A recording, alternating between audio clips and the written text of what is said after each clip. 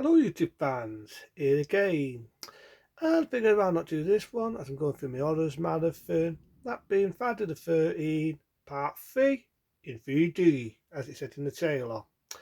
Not a bad one this, you definitely see the dad do something different in this one. They brought back Jason, and not only that, this is the first time they brought the hockey mask. Because we already know in the second one, Jason had the sack, and decided to give it the sack, and go with a hockey mask instead. So you get an opening, if I remember rightly, where it followed on where it ended. Now I do know originally there was going to bring back Reverend Steele. Reverend Steele was going to be in this as well.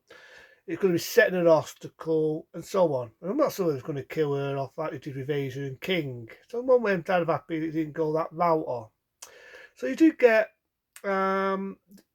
bit for where it ended, with Paul and Asian King, and Reverend Steele, I meant to say, and we all know it. And then it shows the scene where he gets up, gets the chief on, then got this day opening. It's sort of like a disco music, goes do do do. Do do do do do do do do do do do. Sounds like a disco music, typical 3D gimmick, sort of popular in the early 80s. One year after this, you had Jaws 3D, you had Annabelle 3D, you had them all in 3D. So it's very popular at that time. It was making a lot of these 3D, what I like to call 3D gimmick films.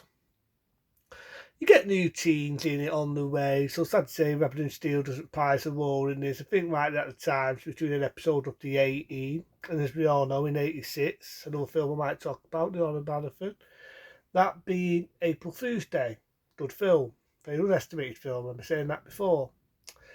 But I don't mind them. They got one doing it, pretty to look at, nice boobs, and so on. I do like this one. This one, he's playing pranks on people all the way through it. Gets a bit annoying after the bit, but it's typical of that film. And you do get one guy, never stops fucking eating. You got this woman who never stops fucking nagging him. But I do like the iconic death. It's a nicking needle in the mouth, 3D gimmicks, and so on. You get one guy, slaphead like me, and if you've seen him before, he played a bouncer in the original Fight Night, the one what says to the vampire, "Move me," and the vampire gets some nails and slits his throat. That's him. Um, in this, as I said, they're picking on the one who's playing pranks, because he rams their car, he does the bikes, they get pissed, they sneak in, and then it does. Nothing gets me is again they do the bit where it's the big kaboom here in there, and I thought, was it needed at this one? Was it fucking needed? Because we all know that the killer was going to be Jason, but you get it, you know what I mean? Though the guy with the slaphead, he gets killed. Well, he don't get killed actually; he gets knocked out. But one gets a bit like one of them garden forks gets slammed in his gut.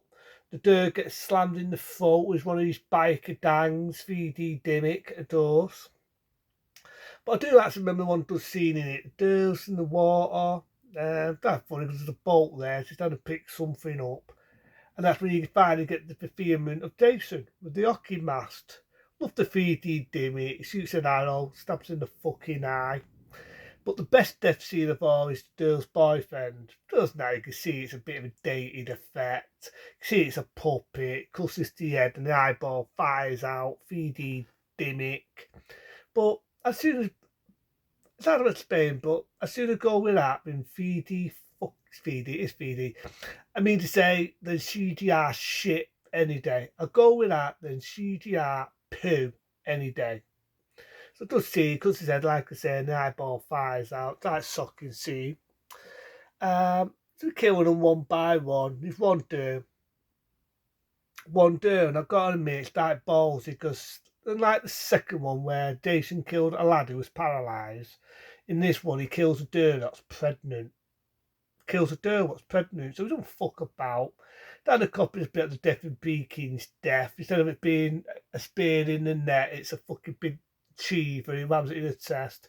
Always makes me laugh though. Makes me laugh because it's supposed to be one of them beds, the ones that you put up on one side, you put up on the other. Like an hammock, that's it, an hammock. How the fuck could this big guy hide under a fucking hammock? But whatever, it's a film. So there's one good death. As I say, it's pretty painful. Lad standing up and down like that, where the girl's having a shower before she gets killed, and he slices him there. Let's say to the balls, about your anatomy dies right to the face. And I thought, definitely looks painful. So he's chasing the one who killed the boyfriend. But I do love the bit where she gets the better. She gets her axe, she slams it on the fucker. And the only bit is you get a little bit which has a copy of number one, right? Now I do know originally she was going to get killed. She was going to get beheaded by Jason. He was going to come back from his dead. Typical jump scare ending. But have to say, didn't go that route. What happens is she's on the boat. She thinks she sees Jason. She's panicking and she knows she's imagined it. And then instead you get Jason's mum. Only like a corpse version of her. So Pat, fucking what's her name? De Palma. You know, if you remember her name now, the old actress we all know. We've seen Friday the 13th, 1 and 2. She doesn't prize her role in this. Instead, you get like a zombie version, jumps up, drags her in the water, and you find out she was seeing things. I don't really know how they did that because it never really followed on in that one or any of the others. It's just your typical boohoo jumps there. It ends, you get that disco music again. End of fucking movie.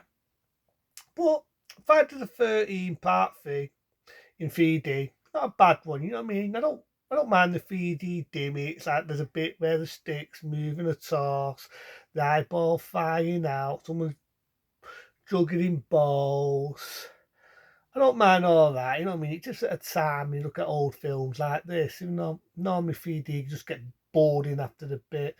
I didn't really mind it in this, it had to do something different, and for that I dilute it. The bits, like I say, with the Bickaboo, the time the man pretending to be chasing, I felt that was getting a bit boring because we know at this point it was going to be chasing. You tap that at the opening, it's those bits of number two. He gets the Bissetti and walks off.